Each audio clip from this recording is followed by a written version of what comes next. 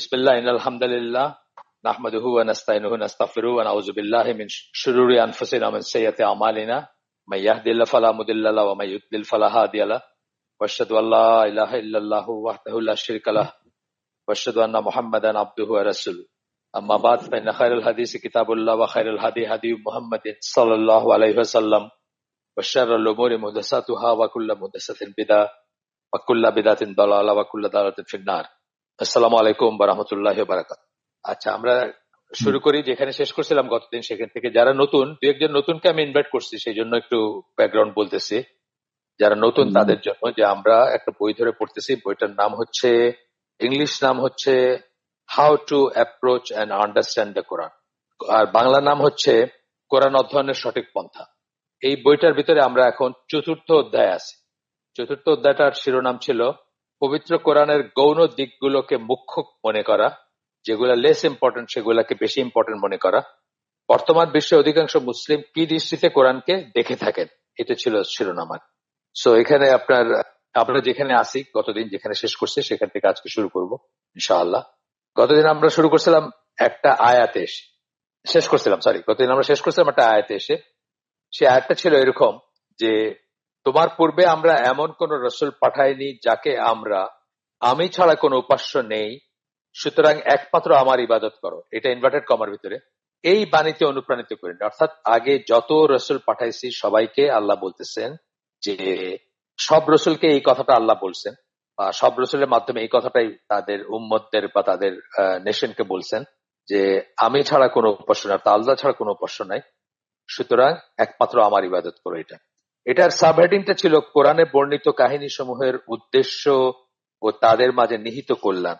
যে কাহিনীগুলো আল্লাহ বলছেন সেগুলোর উদ্দেশ্য এবং তাদের ভিতর যে কল্যাণ আছে সেটা নিয়ে আমরা আলোচনা করতেছি। আমরা এই প্রসঙ্গে বলছি যে কোরআন একটা ইতিহাসের বই না, এবং with the exception of Surah Yusuf congruent না, বা ধারাবাহিক ভাবে করা হয় না। ইনকনগ্রুয়েন্সি যেটাকে আমরা বলি সেটা কোরআনে আছে, এবং এটা ইচ্ছা করে রাখা হয়েছে। যতটুকু দরকার, যেখানে দরকার সেটুকু বলা হয়েছে।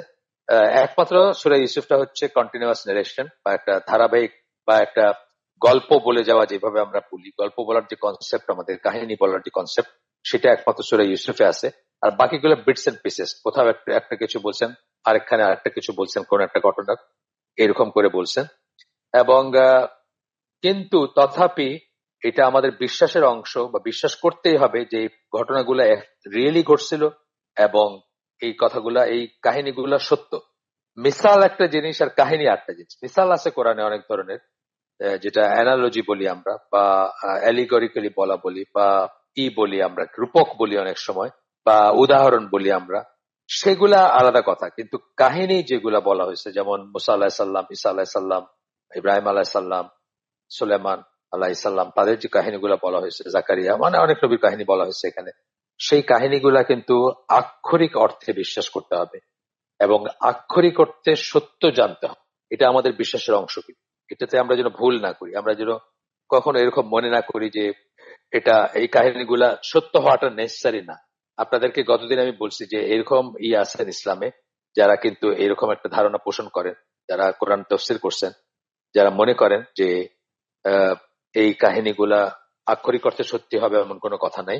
আল্লাহ এগুলা কিছু প্রচলিত কাহিনী ছিল, এগুলা যে যে জাতির কথা আল্লাহ বলছেন তাদের ভিতরে, এবং সেই প্রচলিত কাহিনীগুলাকে আল্লাহ আমাদের শিক্ষাদানের জন্য ব্যবহার করছেন। এটা একটা ভ্রান্ত আকীদা, এবং এটা মারাত্মক ভ্রান্ত আকীদা, মানে কুফর পর্যায়ের ভ্রান্তি আর কি এটা। যাই হোক, এটা আমরা মনে রাখবো এবং সাবধান থাকবো। তো গতদিন আমরা যেটা পড়ছি যে এগুলোর ভিতর শিক্ষা আছে, কি শিক্ষা আছে সেটা পড়তে গিয়ে সূরা ইউসুফের 111 নম্বর আয়াত পড়ছি আমরা, যে সূরা ইউসুফটা পুরা কাহিনী বর্ণনা করার পরে এক জায়গায় শেষে এসে আল্লাহ, প্রায় শেষের দিকে আল্লাহ বলতেছেন যে অবশ্যই তাদের কাহিনীতে প্রজ্ঞাবান মানুষের জন্য রয়েছে শিক্ষণীয় বিষয়। কাদের কাহিনী? ইউসুফ আলাইহিস সালাম এবং তার ভাইদের কাহিনীতে। তার মানে এই কাহিনী বলা কেবলমাত্র একটা গল্প শোনানো ছিল না, এর ভিতরে অনেক শিক্ষণীয় ব্যাপার আছে, যেটা আল্লাহ, যেখান থেকে আল্লাহ আমাদেরকে শিক্ষা দিতে চাইছেন, সেরকম একটা ব্যাপার, কিছু ব্যাপার ছিল এখানে, যে জন্য আল্লাহ এটা ন্যারেট করছেন আমাদের কাছে। আমরা কিভাবে কাউকে আল্লাহর পথে ডাকবো এবং কোন কোন বিষয়ে বেশি গুরুত্ব দেব, সেগুলোর একটা বাস্তব উদাহরণ তাতে রয়েছে। কোরআন কিসে রয়েছে? এটা কোরআনে বর্ণিত কাহিনীগুলোর ভিতরে প্রায়োরিটি কোনটা হবে, সেই প্রসঙ্গে আমরা একটা বলছিলাম গতদিন, যে নবীদের দাওয়াতি নীতি বা methodology of the prophets in calling to Allah, এই বইটা আমরা রিকমেন্ড করছিলাম। আবারও বলতেছি, যাদের ইংলিশে যারা কনভার্সেন্ট তারা ইংলিশটা জোগাড় করতে পারেন, এবং যারা ইংলিশটা স্বাচ্ছন্দ্য বোধ করেন না তারা বাংলাটাই করতে পারেন। নিশ্চয়ই মাতৃভাষায় স্বাচ্ছন্দ্য বোধ করাটাই স্বাভাবিক। তারপরে বললাম আর কি যে মানে দুটাই করতে পারেন। বাংলাটা এখন আউট অফ প্রিন্ট। তো এরপরে এই কথাগুলো বলার পরে ওই আয়াতটা সূরা আম্বিয়ার 21 নম্বর সূরা 25 নম্বর আয়াতে যেটা আল্লাহ বলছেন যে তোমার পূর্বে আমরা এমন কোন রাসূল পাঠাইনি যাকে আমরা আমি ছাড়াও কোন উপাস্য নেই, সুতরাং একমাত্র আমার ইবাদত করো, এই বাণীতে অনুপ্রাণিত করিনি। তার মানে সকল রসুলকে এই বাণীতে অনুপ্রাণিত করা হয়েছে বা এই ওয়াহি তাদের উপর নাজিল করা হয়েছে। উপরন্তু সব গল্প এটাই প্রতীয়মান করে যে মানবকুলের জন্য সত্যিকার দিন সবসময় এক ও অভিন্ন ছিল। সত্যিকার দিন, আরো প্রিসাইজলি বললে বিশ্বাস করার ব্যাপারগুলা, আকিদা সবসময় সেম ছিল। আপনার শরিয়া যেটাকে বলি, যেমন ধরেন আমি উদাহরণ দিছি গতদিন, আবার বলতেছি যে শনিবারে ইহুদিদের জন্য মাছ ধরাটা আল্লাহ নিষেধ করছিলেন, এটা আমাদের জন্য করেন। সো নিটিগ্রিটি বা শরিয়া বা আমরা যেভাবে সালাত পড়ি বা আমরা যেভাবে সালাতি করি ঠিক এইভাবেই হয়তো অন্যান্য নবীর উম্মতরা সালাত পড়েন নাই। এইভাবে আমরা যেভাবে উঠা বসা করি, রুকু সিজদা করি, ঠিক হয়তো এটা করেন নাই। এই ধরনের কিছু করছেন কিন্তু ঠিক হয়তো এটা করেন নাই। এখানে ভ্যারিয়েশন আছে, কিন্তু বিশ্বাস কি করব, কোনটাকে সত্য মনে করব, কোনটাকে মিথ্যা মনে করব, কি বিশ্বাস করব, তাওহীদ বা তাওহীদ আখিরা রিসালা, এই জিনিসগুলা উপর স্ট্রেস করা সব নবী বা সব রাসূলের বেলায় ছিল। এমন নয় যে মানুষ প্রথমে বহু ঈশ্বরবাদী ছিল। কাফেররা যেরকম বলতে চায়, অ্যানথ্রোপোলজি যেরকম বলতে চায়, বা পশ্চিমা ওয়ার্ল্ড ভিউ যেরকম আপনাকে আমাদেরকে বলে যে মানুষ প্রথমে বহু ঈশ্বরবাদী ছিল, অর্থাৎ মূর্তি পূজক বা পৌত্তলিক ছিল বা প্যাগান ছিল। হ্যাঁ, কিছু কিছু মানুষ ছিল, এখানে যে ছিল না তা আমরা বলতেছি না। আগে হয়তো কিছু কিছু মানুষ ছিল, over the period of time তারা মুসলিম হয়েছেন বা তারা একেশ্বরবাদী হয়েছেন বা তারা তাওহীদের উপর আসছে, সেটা আমরা অস্বীকার করতেছি না। কিন্তু আদম আলাহিসাল্লাম মুশরিক ছিলেন না, বা তার পরবর্তীতে মানে তিনি আদি মানুষ ছিলেন বলে তিনি মুশরিক ছিলেন, তিনি পৌত্তলিক ছিলেন। তারপরে আস্তে আস্তে মানুষ সভ্য হয়েছে, তখন তারা পৌত্তলিকতা ছেড়ে তাওহীদের উপর আসছে। ব্যাপারটা তা না, ইসলামে বিশ্বাস বা আমরা আমাদের আকীদা সেটা না, আমরা সেটা মনে করি।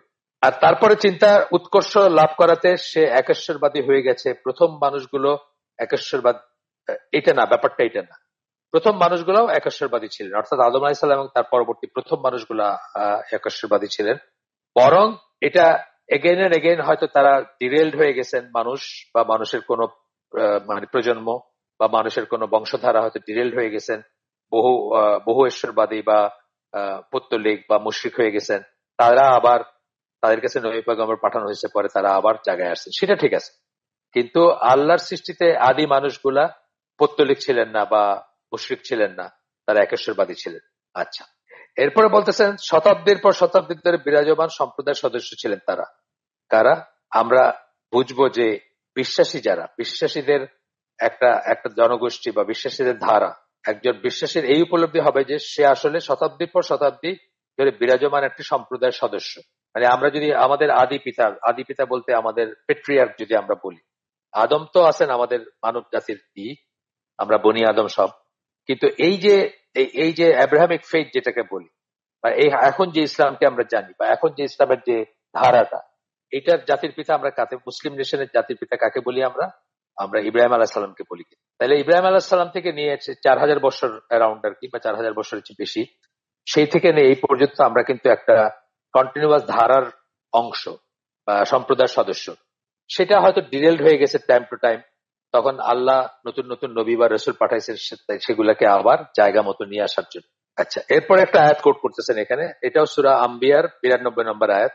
এখানে আল্লাহ বলতেছেন বাস্তবিকই তোমাদের এই সম্প্রদায় অথবা দিন, সম্প্রদায় বা দিন, উম্মাতুকুম বলছেন, উম্মা বলছেন আর কি, আল্লাহ হচ্ছে একই সম্প্রদায় এবং আমি তোমাদের প্রভু, সুতরাং একমাত্র আমার ইবাদত করো। সেম টোন, আগেরটা যেটা বললাম সেরকমই কথা, কিন্তু একই সম্প্রদায় বলতেছেন, অর্থাৎ ধারাবাহিকতার কথা বলতেছেন আল্লাহ।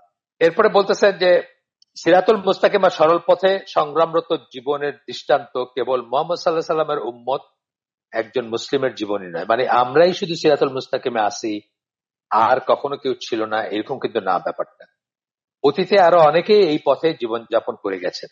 অতীতে হয়তো তারা নাম্বার, মানে দুনিয়া ওয়ার্ল্ড পপুলেশনের তুলনায় হয়তো তারা নাম্বারটা অনেক কম বা পার্সেন্টেজটা অনেক কম, কিন্তু অতীতেও অনেকেই এই সিরাতুল মুস্তাকিমের উপর ছিলেন বা সঠিক পথের উপর ছিলেন, এবং তাদের সংখ্যা সবসময় কম থাকবে বা শেষ পর্যন্ত কম থাকবে। আমরা জানি যে চূড়ান্ত এসে আদমকে যখন সিলেক্ট করতে বলা হবে, তখন উনি 1000 জন থেকে একজনকে সিলেক্ট করবেন জান্নাতি, আর বাকিরা জাহান্নামী হবে। এই হাদিসও আমরা জানি। তো যাই হোক, এরপরে বলতেছেন সেকেন্ড পয়েন্ট হচ্ছে এই গল্পগুলো নবী মোহাম্মদের সত্যবাদিতা ও সততা নিশ্চিত করে, এবং এগুলো থেকে রাসূল সাল্লাল্লাহু আলাইহি ওয়াসাল্লামের প্রতি যে কারো বিশ্বাস আরো সুদৃঢ় হবে। কেন? কারণ আল্লাহ রাসূল নিরক্ষর ছিলেন, তার এগুলো জানার কোনো উপায় ছিল না, পড়তে জানতেন না, নিরক্ষর ছিলেন, এবং তার সমাজের অধিকাংশ মানুষই কিন্তু নিরক্ষর ছিলেন, এবং এইগুলা তাদের পড়ার কোনো উপায় ছিল না, এগুলো তাদের জানার কোনো উপায় ছিল না। এরপরে বলতেছেন নবীদের কাহিনী পড়া বা অধ্যয়ন করার কোনো ব্যক্তি ছিলেন না, মানে পূর্ববর্তী নবীদের কাহিনী পড়ছেন এমন কোনো ব্যক্তি ছিলেন না। এটা তাই অকল্পনীয় যে তার মতো কেউ অতীতের জনগোষ্ঠীগুলোর বিস্তারিত বর্ণনা এবং গুরুত্বপূর্ণ ঘটনাগুলো জানবেন। এটা অসম্ভব ব্যাপার অলমোস্ট। এবং আহমদ দিদাত যিনি ছিলেন, আহমদ দিদাত জাকির নায়কের আগে যিনি সবচেয়ে বড় এই দায়ী ছিলেন, এই সেন্সে যে মানে ওয়ার্ল্ড পপুলেশনের কাছে যিনি অ্যাকসেপ্টেবল ছিলেন, বা বহু মানুষ যার হাত ধরে কনভার্ট করছিল। তো উনি বলতেছিলেন, একটা একটা একটা যুক্তি দেখাচ্ছিলেন যে যারা বলে যে আল্লাহ রসুল সাল্লাল্লাহু আলাইহি সাল্লাম বাইবেল বা অন্য গ্রন্থ পড়ে সেগুলো থেকে কোরআন লিখছেন, উনি বলতেছেন যে তাই যদি লিখে থাকতেন ধরেন তর্কের খাতিরে, তাহলে তো উনি সুপার জিনিয়াস একজন মানুষ ছিলেন। কারণ যত অসঙ্গতি ছিল বাইবেলে বা পূর্ববর্তী গ্রন্থগুলাতে, বাইবেল বা তোরাতে, সেগুলাকে সব বাদ দিয়ে কেবল একদম সলিড এবং যেগুলা শুদ্ধ সেগুলাই উনি সেখান থেকে ছেকে আলাদা করে লিখছেন। নজবিল্লাহ, আমরা সেটা বলি না, কিন্তু বলতেছে উনি তর্কের খাতিরে বলতেছিলেন। তো ব্যাপারটা এরকমই আর, যে এখানে বলতেছেন যে এটা তাই অকল্পনীয় যে তার মতো কেউ অতীতের জনগোষ্ঠীগুলোর বিস্তারিত বর্ণনা এবং গুরুত্বপূর্ণ ঘটনাগুলো আমাদের জানাবেন, বিশেষত এমন সব নবীদের কাহিনী যারা মক্কার মুশরিকদের মাঝে তেমন একটা পরিচিত ছিলেন না। এমন অনেক নবীর কথা আছে যারা মক্কার মুশরিকরা যাদের কথা জানতো, এই কথা বলতেছে। এখানে একটা আয়াত কোট করতেছেন এই জায়গায় এসে, সূরা হুদ 11 নম্বর সূরা 49 নম্বর আয়াত। আল্লাহ বলতেছেন এগুলো হচ্ছে অদৃশ্য কিছু কাহিনী যেগুলো আমরা তোমাকে জানালাম, ইতিপূর্বে তুমি বা তোমার সম্প্রদায় যা জানতে না। কোরআনের হঠাৎ প্রসঙ্গত মনে হলো যে ওই যে ইরাম ইরাম কথাটা, যে ইরাম সম্বন্ধে কিন্তু অল্প কিছুদিন আগে, এখন থেকে আমি জানি না কত বছর এক্স্যাক্টলি হবে, হয়তো 100 বছর কম হবে, কোন একটা এক্সকাভেশনে ইরাকে কোথাও কোন একটা এক্সকাভেশন বা ওই যে যারা আর্কিওলজিক্যালি করে ফাইন্ডিংস গুলাকে পড়ার চেষ্টা করে বা সেগুলা থেকে কনক্লুশন ড্র করার চেষ্টা করে, তারা সেখানে একটা চিঠি উদ্ধার করছে, যে চিঠিটা তে ইরামের কথা প্রসঙ্গ আসছে। এর আগে কিন্তু ইরামের অস্তিত্বের কথা কেউ জানতো না। একটা নগরীর কথা বলা হয়, এর আগে এটার বাস্তব কোন অস্তিত্বের কথা জানতো না কেউ। কোরআনে আসছে, সূরা ফজর বোধহয়, সূরা ফজরে আসছে। তো এই ইরাম নগরীর কথা কিন্তু বাস্তবে যে এক্সিস্ট করতো বা কোথায় এক্সিস্ট করতো এটা জানতো না। ওই আর্কিওলজিক্যাল হিসেব পরে সূত্র ধরে তারা জানছে যে এটা কোথায়, এবং তারপরে এটা বোধহয় জর্ডানে কোনো একটা জায়গায় বা জর্ডানের ওই সাইডে কোথাও একটা জায়গায় ইরাম নগরী। যাই হোক, আমরা একটু আগাই। তো বলতেছেন যে এই আয়াতগুলো এমন অনেক সত্য উদ্ঘাটন করে যেগুলো ইহুদি এবং খ্রিস্টান পণ্ডিতগণ জানতেন। ইহুদি খ্রিস্টান পণ্ডিতরা যেগুলো সম্বন্ধে জানতেন, কখনো তারা সেটা তাদের জনগণকে বলছেন, কখনো গোপন করছেন, কখনো গোপন করে গেছেন। তাদের তাদের কনস্ট্রেন্ট ছিল বা তাদের ভিতরে মানে তাদের কথাগুলা লাইট হয়ে যাবে সেই কারণে, বা কোন একটা দূরভিসন্ধি নিয়ে তোরা এগুলোকে গোপন করছেন, এবং তারা তাদের মূল কিতাবকে বিকৃত করছেন, এটা আমরা জানি। আমি আপনাদেরকে বলছি যে আমি যখন শেষ ভয়েসটা করলাম জাহাজে, শেষ ভয়েসটা আমি জানি যে আমি আর এর পরে এসে যাব না, সমুদ্রে যাব না। তো সে সময় ইংল্যান্ডের একটা পোর্ট আছে ফিলিক্সটো, সেখানকার একটা সিমেন্স ক্লাব আছে, সেই সিমেন্স ক্লাবে আমি গেলাম। তাদের ওখানে আমাদের ওই যে ওই বইয়ের মানে এক্সচেঞ্জ হইতো। জাহাজ থেকে আমরা বই পড়া হয়ে গেলে আমাদের জাহাজের লাইব্রেরি থাকতো, ফিকশন নন ফিকশন মিলায় থাকতো, বই, ইংরেজি বই। তো সেগুলো ধরো 100টা বই দিয়ে 100টা বই ওখান থেকে নিতাম। এটা একটা এক্সচেঞ্জ প্রোগ্রাম আর কি। অনেকেই এটা করে থাকেন, জাহাজগুলো যায়, ওরা এইসব সার্ভিস গুলো দেয়। প্লাস খ্রিস্টান যারা থাকে জাহাজে তাদেরকে সার্ভিস দেয়। সার্ভিস মানে তাদেরকে তাদের জন্য ধর্মসভার বা প্রার্থনার আয়োজন করে, তাদের প্রবলেম থাকলে সেগুলো শুনে, ইত্যাদি ইত্যাদি। সিমেন্ট ক্লাব গুলো করে। টেলিফোনের বুথ থাকে, সেখানে আপনি চাইলে কার্ড ইউজ করে টেলিফোন করতে পারেন, ইত্যাদি। তো আমি লাস্ট বয়সে তাদেরকে জিজ্ঞেস করলাম যে আমি কি একটা কোরআন পাইতে পারি, কি কোরআন বলতেছি, সরি মাফ করবেন, আমি কি একটা বাইবেল পাইতে পারি নাকি তোমাদের কাছে? তো ওরা আমাকে কিংস জেমস ভার্সন, একটা কিংস জেমস ভার্সনের লেটেস্ট একটা ভার্সন আমাকে দিল বাইবেলের। এবং সেটা আমি আয়না একটু উল্টা পাল্টা দেখলাম, আছে আমার কাছে, এখন বাসায় আছে। তা আমি দেখলাম যে ওখানে 2-3 রকমের কালি রঙের রঙের লেখা আছে। কোনটা হচ্ছে জাস্ট গল্প, কোনটা হচ্ছে ওই যারা মার্ক, ম্যাথিউ, লুক এবং জন তাদের বক্তব্য, আর কতগুলার লাল করে দিছে এটা হলো ঈসা আলাইহিস সালামের বক্তব্য। তার মানে দেখেন তারাই এটার ভিতরে করতে শুরু করছে যে এটা ওয়ার্ড অফ গড না, বা ওয়ার্ডস অফ গড না, যে যে কথাগুলো আছে ওইখানে সেগুলো। তো এইখানে বলতেছে যে ইহুদি ও খ্রিস্টানরা তাদের মূল কিতাবকে বিকৃত করেছে, এবং কিভাবে তারা নিজেদের ব্যাপারে এমন সব দাবি উত্থাপন করেছে যেগুলো সত্যি না। উদাহরণস্বরূপ ইব্রাহিম আলাইহিস সালাম সম্বন্ধে কোরআনে বর্ণিত কাহিনী সমূহ, তার সম্বন্ধে ইহুদি ও খ্রিস্টান ও মুশরিক আরবগণ যা দাবি করত তা অনেকটুকুই প্রত্যাখ্যান করে। মানে ইহুদিরা যা দাবি করত, ইহুদিরা তো বলতো যে উনি ইহুদি ছিলেন, খ্রিস্টানরা বলে যে উনি খ্রিস্টান ছিলেন, এরকম কথা কি করতো, যে মানে যার সাথে অ্যালাইন্ড আর কি। তারা বলতো যে উনি তো আমাদের আমাদের ধর্ম প্রচার করে গেছেন, উনি ইহুদি ছিলেন। কেউ বলতো যে উনি আমাদের ধর্ম প্রচার করে গেছেন, উনি আসলে খ্রিস্টান ছিলেন। মানে এই ধরনের উদ্ভট উদ্ভট দাবি টাবি ছিল। বা মুশরিকদের অনেক দাবি ছিল। মুশরিকরা এই জন্য যে, যেহেতু মক্কার মুশরিকরা নিজেরা তো ইসমাইল আলাইহিস সালামের বংশধর, তার মানে ইব্রাহিম আলাইহিস সালামের বংশধর, বা ওইখান থেকে আসছে। তো তারা অনেক ধরনের দাবি করত। কোরআন সেই সমস্ত দাবিগুলা প্রত্যাখ্যান করে।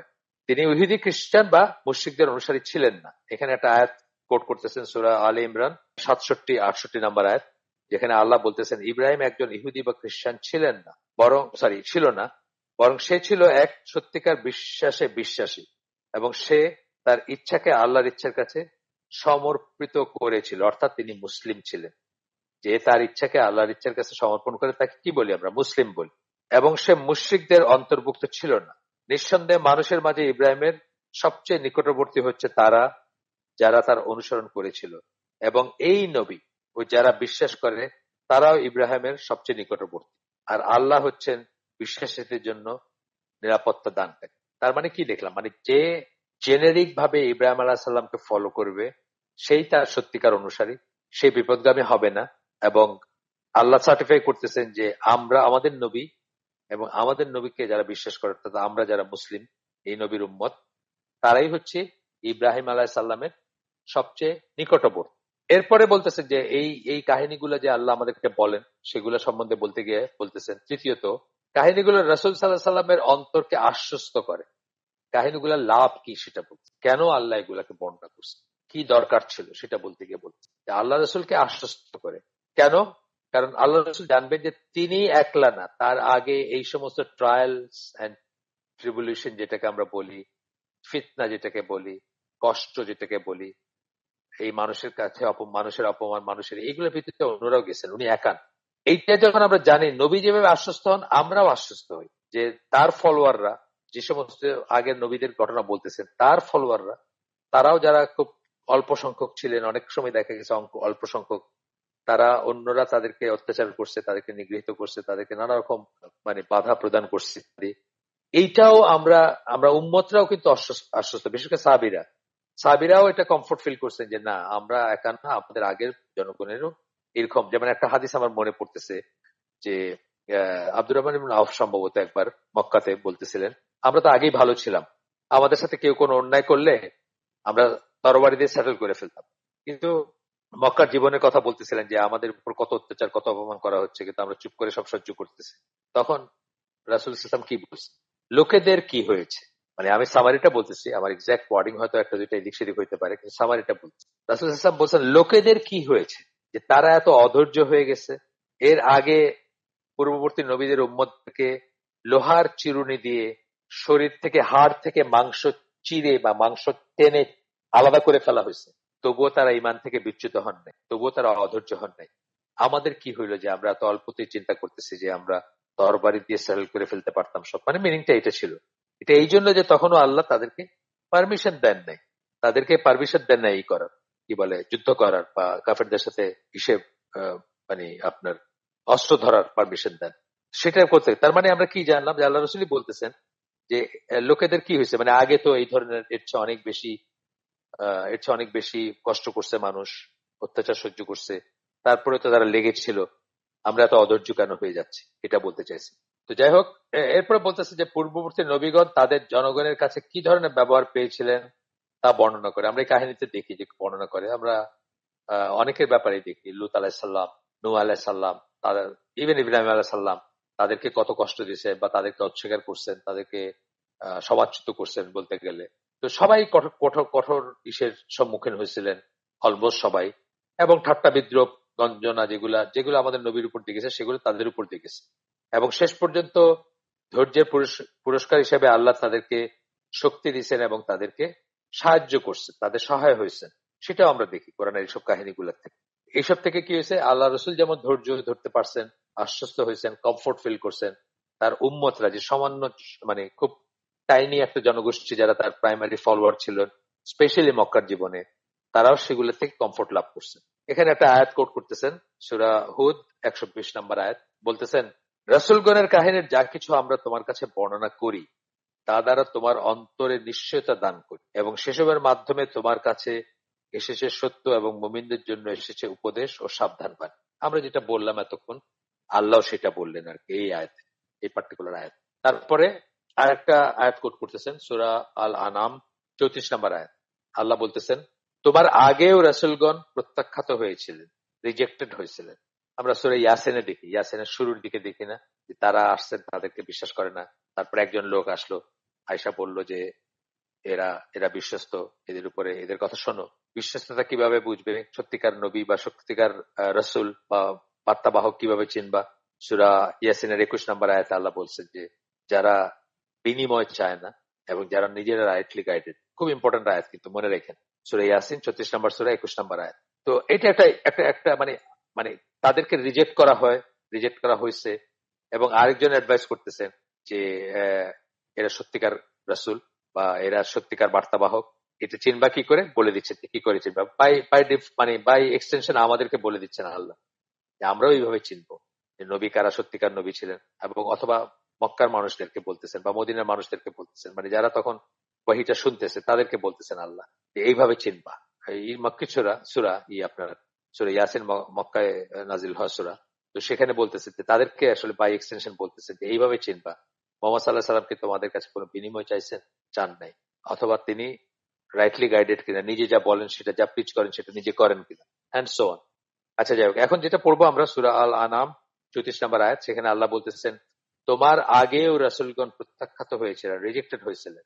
ধৈর্য স্থৈর্য দ্বারা তাদের প্রত্যাখ্যাত হওয়া এবং তাদের প্রতি যে অন্যায় করা হয়েছিল সেসবের মোকাবেলা করেছে যতক্ষণ না আমাদের সহায়তা তাদের কাছে পৌঁছেছে। সহায়তা তাদের কাছে পৌঁছেছে, তার মানে আল্লাহ বলতেছেন যে এইগুলা দিয়ে তারা আমাদের সাহায্য আসা পর্যন্ত, একটা সাহায্যগুলা কিন্তু একটু সময় নিয়ে আসছে। আপনার জীবনেও নবীদের জীবনেও একটা সময় লাগে, এটার পিছনে উইজডম আছে। এই জন্য ধৈর্যের কথা এতবার বলা হচ্ছে।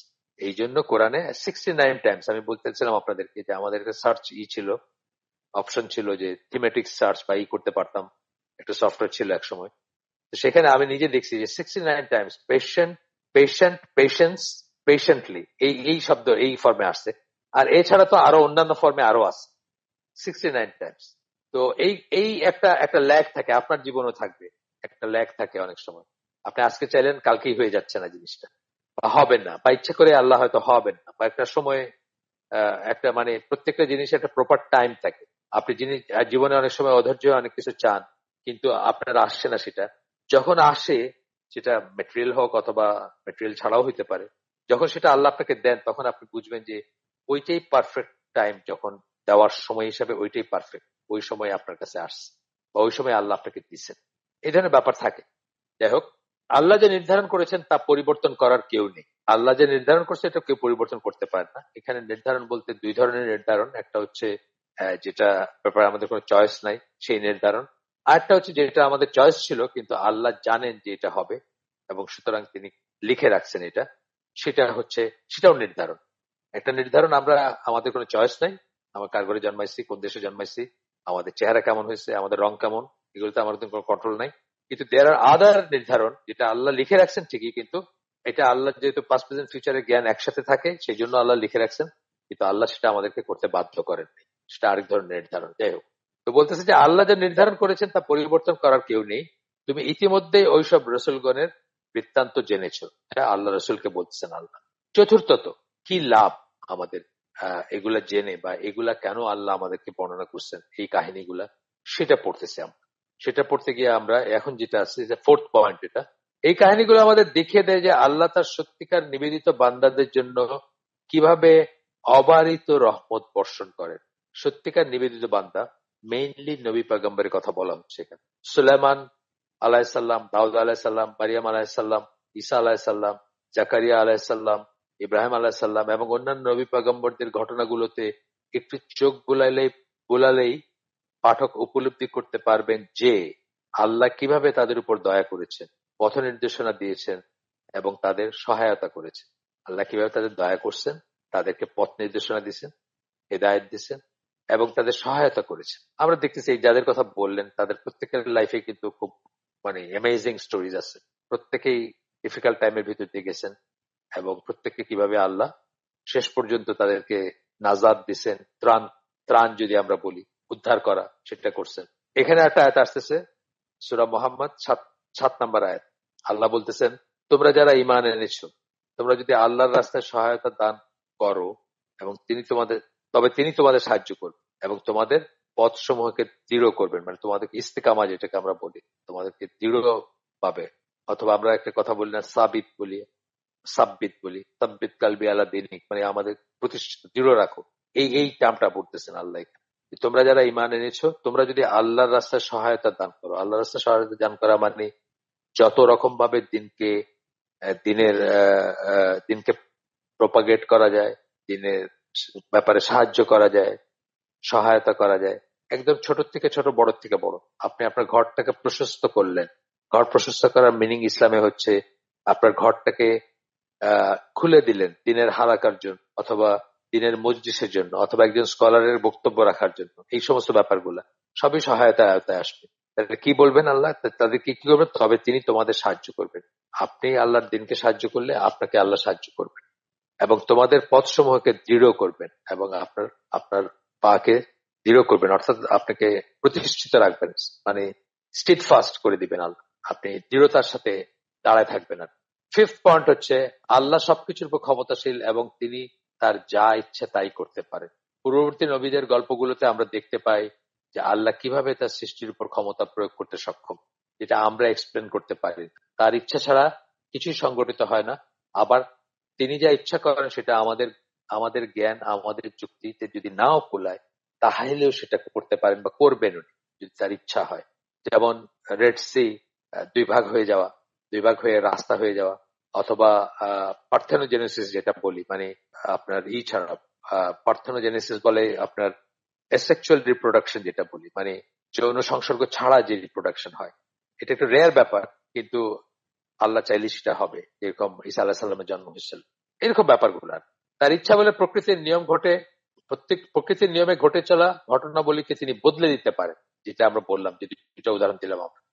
এবং প্রকৃতির নিয়ম বহির্ভূত অলৌকিক ঘটনা ঘটাতে পারেন।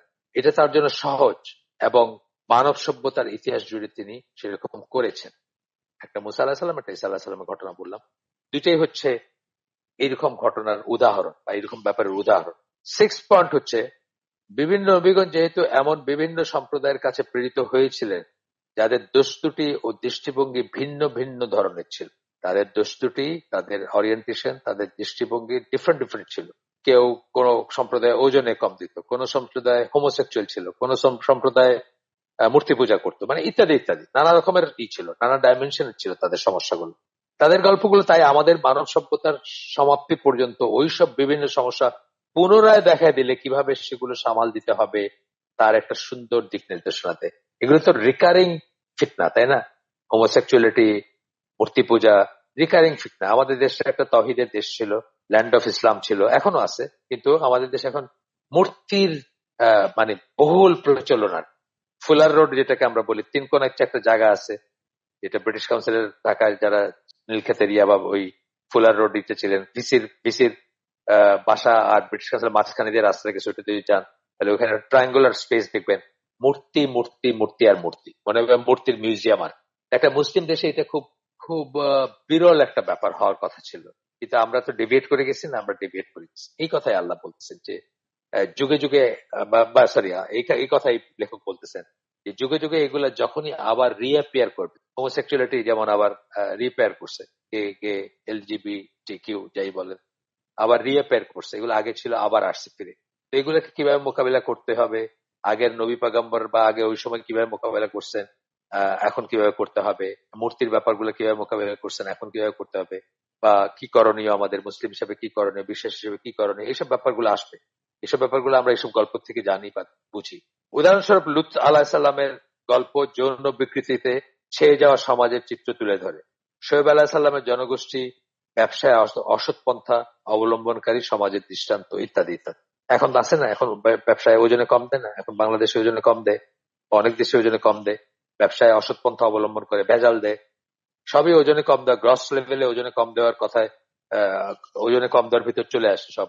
এখন আমরা কি করব তাইলে? আমরা ঠিক ওই নবীরা যা উপদেশ দিচ্ছেন, যা করতে বলছেন সেগুলা করব, এবং এগুলো ভয়ঙ্কর পরিণতি সম্বন্ধে আমরা সাবধান হব। যেমন একটা হাদিস আছে, যেটা সামারি আমি বলতেছি, যে এমন কোন সময় নাই যখন মানুষ ওজনে কম দিবে অথচ আল্লাহ তার উপর অত্যাচারী শাসক বসায় দিবেন। এই একটা হাদিস যদি আমরা চিন্তা করে দেখি, বাংলাদেশের অবস্থা যদি আমরা খেয়াল করে দেখি, বাংলাদেশে কিন্তু এভরি আদার পার্সন ওজনে কম দিচ্ছে। ওজনে কম দেওয়া কেবল খালি পাল্লা এবং বাটখারা দিয়ে কম দেওয়া তা না।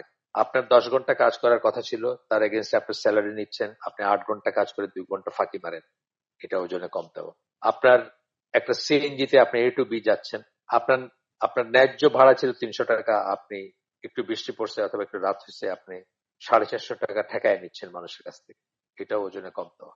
এই ধরনের on and on and on. তাইলে দেখবেন যে বাংলাদেশের 99% মানুষই ওজনে কম দেওয়ার জন্য বা ওজনে কম দেওয়ার দোষে দুষ্ট। আর দেখেন আমাদের উপর আল্লাহ কি ধরনের শাসক বসাচ্ছেন একের পর এক। আমরা কত কান্নাকাটি করি, কিন্তু আমরা নিজের ভিতরে তাকায় দেখি, এটা আরেকভাবে চিন্তা করার ব্যাপার। সবশেষে নবীদের কাহিনীগুলো তাদের জীবন সম্বন্ধে, তাদের দেওয়া শিক্ষা সম্বন্ধে এবং আল্লাহর পথে তাদের আত্মত্যাগ সম্বন্ধে একজন বিশ্বাসীকে বিস্তারিত জ্ঞান দান করে। এসব থেকে একজন বিশ্বাসীর হৃদয়ে তাদের জন্য ভালোবাসা বৃদ্ধি পাওয়ার কথা, যা কিনা বাস্তবে কারো ঈমান বৃদ্ধির নামান্তর। যখন আমরা এসব স্টোরিগুলো জানি, আমাদের এক ধরনের সহানুভূতি জাগে তাদের জন্য, এক ধরনের ভালোবাসা জাগে, এবং আমরা এক ধরনের বিস্মিত হই যে তারা কত কিছু এন্ডিউর করছেন জীবনে, কত কিছু তারা কত কষ্ট বা কত কিছু পার করছেন তারা। তাতে কি হবে, আমরাও বুঝবো যে আমরা কিছুই করতেছি না, আমরা এত অস্থির কেন হচ্ছি, আমরা তাদের মতো হওয়ার চেষ্টা করতে পারতাম। সেই সমস্ত পরীক্ষাগুলো আমরা পড়তেছি, যেটা হয়তো মাঝখানে 1000 বছর ধরে ছিল না, বা 5000 বছর ধরে ছিল না, বা 2000 বছর ধরে ছিল না, আবার আসছে সেটা করে। যেটা বললাম আমরা, হোমোসেক্সুয়ালিটি এবং অন্য জিনিসটা যেটা বললাম, নবীদের জন্য একজন বিশ্বাসীর এই ভালোবাসা যদি সত্যিকার ও গভীর হয়, তবে তিনি আখেরাতে এসব পুণ্যাত্মা নবীদের সাথে মিলিত হবার আশা করতে পারেন। যেমনটা আল্লাহ রসুল বলছেন, যে কেউ যাকে ভালোবাসে তার সাথে অবস্থান করবে। বুখারী এবং মুসলিমের হাদিস। যার সাথে যাকে ভালোবাসবেন তার সাথে আপনার কিয়ামত। আরেক কথা আর কি, এটার মিনিং হচ্ছে এটা। তো আমরা এরপরে একটু ডিটেলসে যাব। নবীদের কাহিনীর ভিতরে আবার সাবসেকশন আছে, সাবসেকশনে আমরা একটা অন্য ইস্যু যাবো এখন, মানে সেটা হচ্ছে মুসা আলাহ সাল্লাম এবং ফেরাউনের কাহিনী। এই কথা, এই মুসা আলাহ সাল্লাম এবং ফেরাউনের কাহিনী কোরআনের বহু জায়গায় ছড়াই ছিটায় আছে। মেইনলি হচ্ছে সূরা কাসাস, সূরা শুআরা, সূরা তাহা, এগুলাতে বেশি করে আসছে, কিন্তু আরো অনেক জায়গাতে সূরা কাহাফে আসছে, আরো অনেক জায়গাতে ছড়ায় ছিটে আসছে। তো এইটার ভিতরে, এই কাহিনীর ভিতরে আমাদের জন্য শিক্ষণীয় কি আছে, বা এই কাহিনী থেকে আহ মানে আমরা কি নিব বা কি করব, মানে এটার এইগুলা বলার, এইগুলা যে বলছেন আল্লাহ, এগুলা বলার পিছনে মুখ্য উদ্দেশ্যটা কি ছিল, সেটার উপর ফোকাস করব আমরা। কিন্তু অন্যান্য গবেষণায় লেগে যাব না। যেমন গতদিন আমরা বলছি যে কাহাফের, সূরা কাহাফে যে কুকুরটার কথা বলা হয়েছে, এই কুকুরটার নাম কি ছিল, এটা নিয়ে আমরা গবেষণায় লাগবো না এবং কেস ওয়ার্কে লাগবো না, বা অহেতুক কিছু গল্প থেকে আমরা দলিল নিয়ে সেগুলো নিয়ে ভলিউম অফ ভলিউম লিখে যাব না। এটা উদ্দেশ্য ছিল না। কুকুরের নাম জানানোটা আমাদেরকে, এই উদ্দেশ্যে কুকুরের বর্ণনা আল্লাহ করেন, বা এটা এটা কোনো মুখ্য ব্যাপার ছিল না। মুখ্য ব্যাপার ছিল যে এইটা, যে আল্লাহ চাইলে এই ধরনের ব্যাপার করতে পারেন। যখন একজন বান্দা ডেসপারেট হয়ে যায়, বা কেউ বা কোনো একটা গ্রুপ ডেসপারেট হয়ে যায়, তার গুনাহ থেকে বেঁচে থাকতে চায়, তারা আল্লাহর কাছে সাহায্য চায়, আল্লাহ আউট অফ দ্য ওয়ে গিয়ে তাদেরকে সাহায্য করতে পারেন। এবং আল্লাহর জন্য এগুলো ব্যাপারগুলো ইজি। এরকম অনেক শিক্ষা আছে সূরা কাহাফের ওই ওই গল্পটাতে। যাই হোক, আমি বললাম জাস্ট। তো কোরআনে বারবার আল্লাহ এটা করছেন। আমরা যেটা বললাম, মুসার জীবন থেকে আমরা দেখতে পাই যে আল্লাহ যখন কোনো কিছুকে সংরক্ষণ করতে বা নিরাপত্তা দান করতে চান, তখন মানুষের কোনো প্রচেষ্টা বা ষড়যন্ত্র তার সে পরিকল্পনাকে নস্যাৎ করতে পারেন। আল্লাহ যেটা চান সেটাই হবে। এবং কাউকে যখন নিরাপত্তা দান করতে চান, এই জন্য নবীর একটা হাদিস আছে না, যে ইবনে আব্বাসকে বলছিলেন, ইয়াং ম্যান বলে সম্বোধন করে বলছিলেন যে তোমাকে আমি কিছু শিক্ষা দিচ্ছি, নসিহত করতেছি, শোনো। If you ask something ask of Allah, সে চাইতেই হয় যদি, তাহলে আল্লাহর কাছে চাও। তারপরে বলছিলেন যে জাতিসমূহ একত্রিত হয়ে তোমার যদি কোনো অনিষ্ট করতে চায় সেটা করতে পারবে না যতক্ষণ না আল্লাহ সেটা স্যাংশন করছেন। আর তারা যদি তোমার কোনো লাভ করতে চায় সেটাও করতে পারবে না যতক্ষণ না আল্লাহ সেটা স্যাংশন করছেন। এটা হচ্ছে আলটিমেট অফ তহিদ। আর তহিদের একদম মানে পারফেকশন বলতে পারে। একজন মানুষ যা কিছু চাবে শুধু আল্লাহর কাছেই চাবে। এটার মিনিং এটা না যে আপনি কাউকে বললেন যে আমার এক গ্লাস পানি আগায় দাও, এখানে কোনো দোষের কিছু আছে তা না। কিন্তু চাওয়া বলতে আমরা যেটা বোঝাই যে রিয়েলি একটা উইশ বা একটা কিছু, সেটা শুধু আল্লাহর কাছেই করা উচিত। কারণ ওই যে বলছেন যে জাতিসমূহ একত্রিত হয়ে তোমার কোনো লাভ করতে পারবে না যদি আল্লাহ সেটা স্যাংশন না করে, তোমার কোনো ক্ষতিও করতে পারবে না যদি আল্লাহ সেটা স্যাংশন না করে। এটা আমরা মনে রাখতে পারি এবং আমরা সেই জন্য যিনি সব দিতে পারেন তার কাছেই চাইতে পারি, চাওয়াটা তার জন্য এক্সক্লুসিভ করে রাখতে পারি। এরপরে বলতেছে যে ফেরাউনের সৈন্যরা যখন ইসরায়েলি গোত্রগুলোর সব পুত্র সন্তান হত্যা করছিল, তারা মেরে ফেলতেছিল। কারণ একটা প্রেডিকশন জানতো তারা যে এই পুত্র সন্তানদের ভিতর থেকেই ফেরাউনের বিরোধিতাকারী আসবে, ফেরাউনকে যে যে মানে যিনি সাহায্য করবেন তিনি আসবেন। সুতরাং তারা সবাইকে হত্যা করতেছিল। তখন তাদের হাত থেকে মুসা আলাহিসাল্লাম বা মুসা আলাহিসাল্লামের মা তার শিশুকে রক্ষা করার জন্য নদীতে ভাসিয়ে দিয়েছিলেন। আল্লাহর ওহী অনুযায়ী দিয়েছিলেন ভাষায়, আল্লাহর ইন্সপাইরেশন অনুযায়ী দিয়েছিলেন ভাষায়। এই ঘটনায় আমরা সেটাই দেখতে পাই। মুসার মায়ের কাছে আল্লাহ সত্যের বাণী পৌঁছে দেন। এখানে আমরা একটা আয়াত পড়ে আজকের আয়োজন শেষ করে দিব। সূরা কাসাস 7 নম্বর আয়াত। আল্লাহ বলতেছেন, এবং আমরা মুসার মাকে অনুপ্রাণিত করলাম, তাকে স্তন্য দান করো, কিন্তু যখন তাকে নিয়ে ভয় পাবে তখন তাকে নদীতে ভাসিয়ে দাও, এবং ভয় পেও না বা দুঃখও করো না। নিশ্চয়ই আমরা তাকে তোমার কাছে ফিরিয়ে দেব এবং সে আমাদের রাসূলগণের মাঝে একজন হবে। এই ঘটনাটা বললেন আল্লাহ। যে আল্লাহ যখন, এটাতে আমরা কি শিখলাম, যে আল্লাহ যখন কাউকে বা কিছুকে সংরক্ষণ করতে চান, নিরাপত্তা দান করতে চান, তখন মানুষের কোনো প্রচেষ্টা বা ষড়যন্ত্র তার সেই পরিকল্পনাকে নস্যাৎ করতে পারে না। আমরা আজকের আয়োজন এখানে শেষ করে দিব। সুবহানাকা আল্লাহুম্মা ওয়া বিহামদিকা আশহাদু আল্লা ইলাহা ইল্লা আনতা আস্তাগফিরুকা ওয়া আতুবু ইলাইক। আমরা যে শুনলাম তার মধ্যে ভালো কিছু শুনে থাকলে সমস্ত প্রশংসা আল্লাহর, আলহামদুলিল্লাহ। খারাপ কিছু শুনে থাকলে সমস্ত ব্যর্থতা আমার এবং সেটা শয়তানের তরফ থেকে। আল্লাহ আমাদেরকে তৌফিক দিয়ে যে ভালো শুনলাম তার উপর আমল করার। আসসালামু আলাইকুম ওয়া রাহমাতুল্লাহি ওয়া বারাকাতুহু।